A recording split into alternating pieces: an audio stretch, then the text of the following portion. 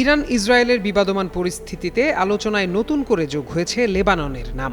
যুক্তরাষ্ট্র ইসরায়েলের যৌথ হামলায় ইরানের সর্বোচ্চ নেতা আয়াতুল্লাহ আলী খামেনির মৃত্যুর পর ইসরায়েলে রকেট হামলা চালিয়েছে লেবানন। তারই প্রেক্ষিতে এবার দেশটির দিকে নজর ইসরায়েলের।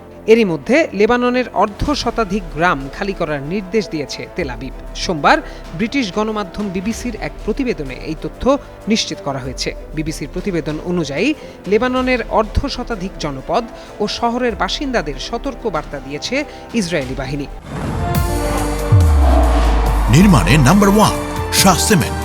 হামলার পূর্বে স্থানীয় বাসিন্দারা যেন চিহ্নিত জনপদ ত্যাগ করে সে বিষয়ে নির্দেশনা দেয়া হয়েছে। এসব জনপদের 1000 মিটারের ভেতরে কেউ থাকলে তার জীবন বিপন্ন হতে পারে বলেও জানানো হয় সতর্কবার্তায়।